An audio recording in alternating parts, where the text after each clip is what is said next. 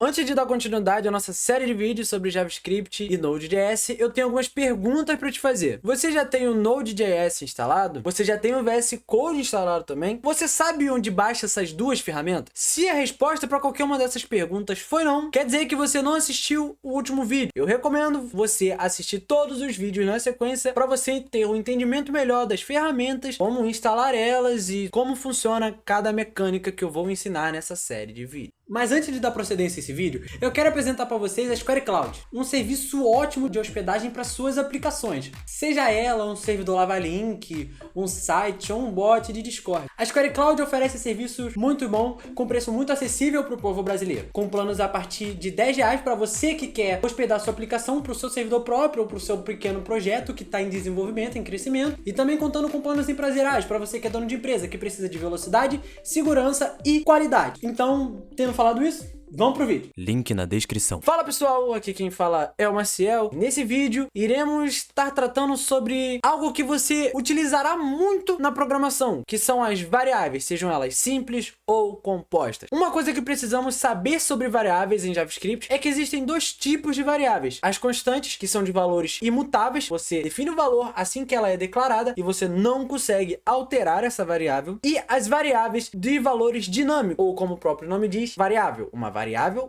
ou valor dinâmico, que é aquela variável onde que você pode estar alterando o valor dela de acordo com o decorrer do código. Uma variável de valor fixo ou uma variável constante, como o nome sugere, ela não pode ser alterada e podendo somente ser um valor atribuído no momento da declaração. E você deve estar se perguntando como declaramos uma variável de valor fixo. Para a declaração de uma variável de valor fixo, a gente precisa colocar em mente que ela é uma constante. Você lembrando disso, você já tem um macete para a declaração de uma variável constante, porque quando você pega constante, você coloca para o inglês, ela vira constant. E você tirando o final dessa frase, fica só a palavra const. Então a gente vai usar essa nomenclatura, a nomenclatura const. E uma coisa que a gente precisa se atentar é como pode ser o nome de uma variável. Um nome de uma variável, ela tem que seguir algumas regras. Ela não pode ser começada com um caractere especial, ou seja, interrogação, hífen, asterístico, ponto, mais número. Números, elas também são inclusos, que não pode começar um nome de uma variável com um número. Ela precisa ser um underline ou uma letra. Você pode tanto definir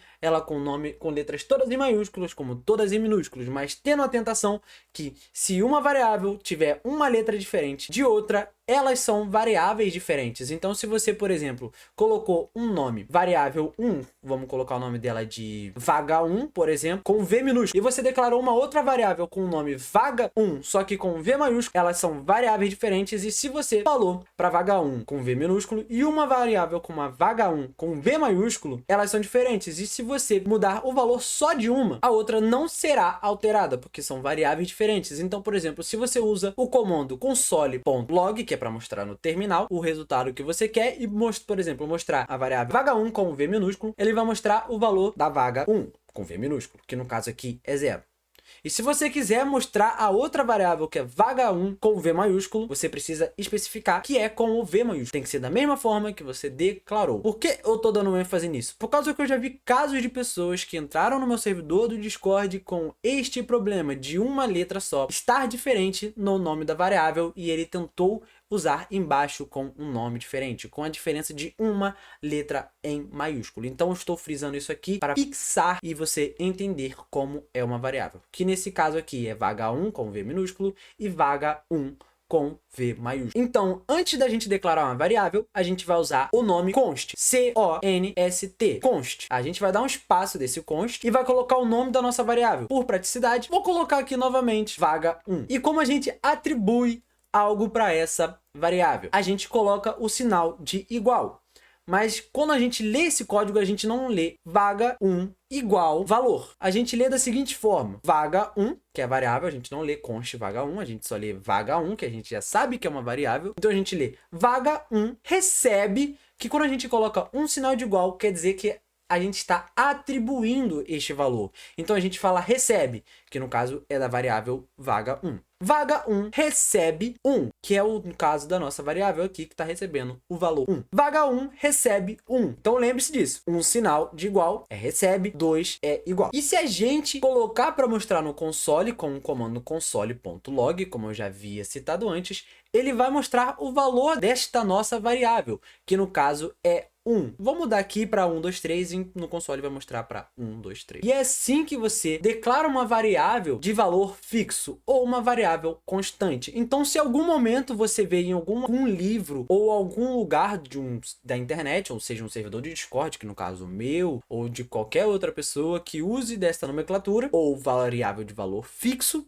ou uma variável constante, você já sabe que é uma variável de valor imutável. E agora a gente vai para as variáveis de valores dinâmicos. Uma variável de valor dinâmico em JavaScript, ela pode ser declarada de duas formas, com a nomenclatura var e com a nomenclatura let. Ambas as nomenclaturas funcionam, mas em boa parte dos casos as pessoas preferem usar a nomenclatura let. Antigamente utilizava-se muito a nomenclatura var, mas depois passou a ser utilizado somente para loops. E depois passou a ser, nem nisso passou a ser utilizado. Porque antigamente só existia a nomenclatura var. Depois foi introduzida a nomenclatura let e muitas pessoas usam só let. Então var é até recomendado não se utilizar mais, por mais que ainda funcione. E para se declarar uma variável de valor dinâmico, é o mesmo conceito de uma variável constante. Você vai colocar a nomenclatura para declarar a variável, que no nosso caso é let. Vou estar usando let para você já se familiarizar. Então a gente vai estar utilizando let, tudo em minúsculo, tá? Só para lembrar. Essas nomenclaturas são todas em minúsculo, tanto const, quanto let, quanto var. Tem que ser em minúsculo. Então a gente vai colocar let, o nome da nossa variável, que aqui eu vou estar colocando de vaga2, e o valor que ela vai receber, que no caso, lembra, é um sinal de igual, e o valor que a gente quer atribuir, que no nosso caso é 1, 2, 3. E a gente colocar para mostrar no console essa variável com o comando console.log, ele vai mostrar 1, 2, 3, que é o valor da nossa variável. Como ela é uma variável de valor dinâmico, a gente pode alterar o valor desta variável depois. Por exemplo, depois desse console.log, eu posso estar alterando o valor dessa variável. Como? Da mesma forma que a gente declarou ela, só que ao invés da gente utilizar let, a gente vai colocar o nome da nossa variável e a gente vai colocar para ela receber um valor, que no caso é vaga1 recebe, lembra, um sinal de igual é recebe. Vaga1 recebe 4, 5, 6. E se a gente colocar de novo para mostrar no console, ela vai mostrar o nosso valor 4, 5 e 6. Por quê? A gente declarou nossa variável com um valor 1, 2, 3, mostramos no console. Depois de mostrar esta variável no console, a gente atribuiu outro valor para essa variável. Então, esta variável deixou de ter o valor 1, 2, 3 e passou a ter o valor 4, 5, 6.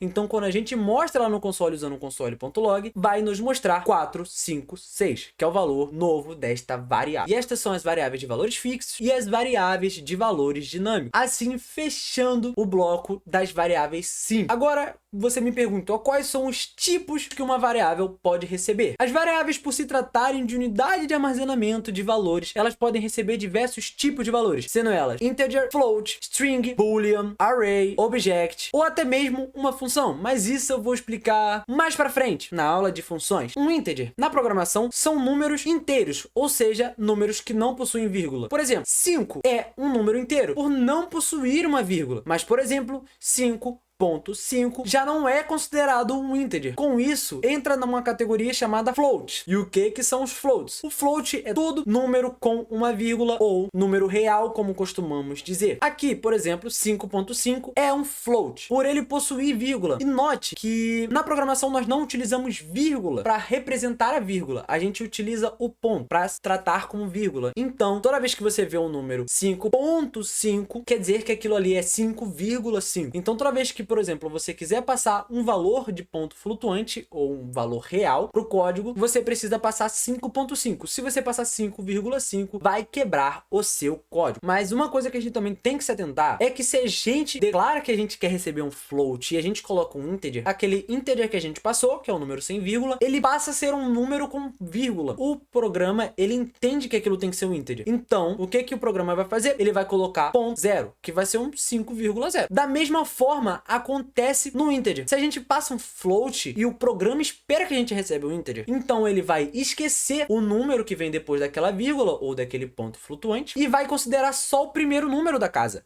que no caso aqui é o 5, se fosse um 5,5. Outro tipo que existe também, que a gente utiliza bastante em condições, são os valores booleanos. O que são valores booleanos? São os valores lógicos que existem na programação. Toda linguagem de programação tem um valor lógico, que no caso é true e false, no nosso caso aqui. E um último valor que eu vou estar falando aqui são as strings. Strings, em modo geral, é um texto. E o que é considerado um texto em JavaScript? Tudo aquilo entre aspas, ou apóstrofos, que é aquela aspas simples. Ou também, no caso aqui do JavaScript, que a gente utiliza para interpolação, que é a crase. Quando a gente utiliza a crase para uma string, nos dá a possibilidade da gente estar utilizando uma variável no meio desta string, que a gente chama de interpolação. E como a gente faz isso? A gente vai colocar crase, que no caso vai ser duas crases, e ali dentro a gente vai usar o sinal de cifrão e chaves, que é aquele colchetezinho com uma pontinha no final. E esses são os tipos que uma variável pode receber. Mas você é um jovem padawan mais experiente, você vai falar: ah, você esqueceu dos arrays e dos objects. Calma, eu vou entrar lá. Eu deixo isso separado por causa que eu gosto de separar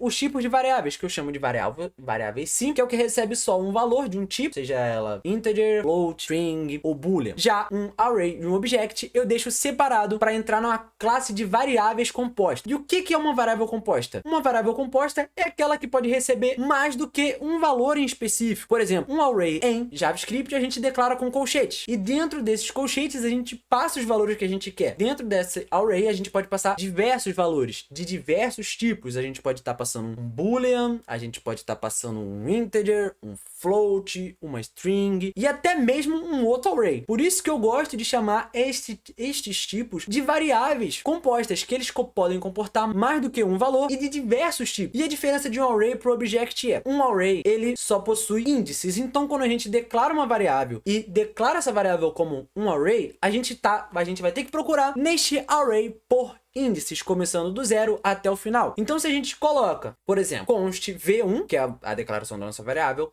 recebe e colchetes, a gente está declarando um array. E vamos supor que dentro desse array eu passo um integer, um float, uma string e até mesmo um novo array. Então isto é a variável composta. E como a gente faz para procurar estes índices? Como eu falei, todo array a gente tem que procurar por índices, começando no índice 0 e indo até o último, que no caso aqui é o índice 4, começando no 0, que é o integer, e terminando no 4, que é outro array. Então aqui ficaria 0, 1, 2, 3, 4, finalizando assim array. Aí agora a gente entra em object. Você deve se perguntar o que tem de tão diferente um object de um array. A diferença de um object para um array, como eu já esclareci, o array a gente procura por índices. Já um object, a gente tem como definir para eles identificadores com nome, como nome, por exemplo. Como você pode ver aqui do lado, eu estou declarando um object que a gente declara com chaves, tanto no começo quanto no final. Então aqui dentro eu posso passar alguns valores, por exemplo, nome, idade, maioridade, e vamos colocar ali números de telefone. E a gente vai definir da seguinte forma: a gente já tendo feito isso de ter criado a nossa variável, const v2, recebe e chaves, a gente vai definir da seguinte forma: a gente vai colocar ou entre aspas ou fora de aspas, mas a gente tem que se atentar em alguns casos. O JavaScript, ele aceita nomes, esses identificadores sem aspas, mas a gente tem que se atentar porque se a gente for usar um traço, por exemplo, aquele tracinho mesmo, aquele hífen, a gente precisa colocar em string para a gente depois conseguir estar puxando. Se você não for usar um hífen, você pode declarar sem aspas, mas se você for usar um hífen, você precisa de aspas. Isso não se aplica para underline. Underline você pode utilizar sem problema, que não dá erro. Então você tem que se atentar a isso. Então, voltando aqui, vamos dizer que eu declarei o identificador nome. Vamos deixar entre aspas mesmo. Então, eu coloquei para este identificador receber o meu nome, Marciel. Note que aqui a gente não utiliza sinal de igual para a gente atribuir um valor a este identificador, e sim 2 pontos. A gente tem que se atentar muito, porque se a gente não lembrar disso, a gente for colocar um sinal de igual, vai dar erro e nosso código não vai funcionar. Então, lembre-se, se você estiver dentro de um object e você definir um identificador, para a gente atribuir algo a este identificador é 2 pontos. Então, vamos voltar. Então, tendo isso em mente, você não vai errar mais, você não vai ter dor de cabeça, nem problema nessa parte. Então, aqui, nome recebe Marciel, meu nome, que é do tipo string. Idade recebe, com 2 pontos, lembre-se, 18, um integer, minha idade, no momento que eu estou gravando esse vídeo. Não venha questionar a minha idade. Eu tenho 18 anos. Maioridade, recebendo um valor booleano, no caso true, que eu sou maior de idade, na legislação brasileira, né? Maior de idade caracteriza-se pessoas com 18 anos ou maior no momento que eu estou gravando, né? E telefones que está recebendo um array. Então, assim que funciona. Um object. A gente pode estar definindo identificadores e estar utilizando depois. A gente pode estar utilizando muito isso daí para salvar dados que a gente vai usar futuramente. E a gente não sabe em qual posição vai estar. Por exemplo, a vantagem de um object é essa possibilidade de estar colocando identificadores. Então, a gente vai conseguir puxar os nossos dados sem problemas. Já a vantagem para se usar um array é quando você vai sortear algo, por exemplo. Tipo um sorteio de uma urna. Então, quando a gente coloca vários papéis ali dentro, a gente puxa um só. Aquilo ali pode ser considerado um array, onde que a gente colocou vários nomes em papelzinhos, normalmente. E a gente escolheu um aleatório. Então, usa-se esse mesmo conceito array. Quando você vai utilizar vários do mesmo valor e você quer sortear um. Esta é uma das recomendações. Já se você quer guardar informações para você poder utilizar depois, identificáveis, sabendo o que é cada uma. Também utiliza-se muito isso no conceito de bancos de dados, que eu não vou entrar neste mérito, mas futuramente eu posso entrar neste assunto. A gente utiliza-se dessa forma, com identificadores. E esse foi o vídeo de hoje. Mas não fique triste. Isso quer dizer que o próximo vídeo sai logo logo, ou dependendo da data que você tá vendo esse vídeo, possa já até ter saído. Então dá uma olhada aí no canal para ver se já não saiu a próxima aula. Eu espero que vocês tenham gostado. Eu sou o Maciel, valeu, falou e até a próxima. Ah, esqueci de falar, se inscreve no canal.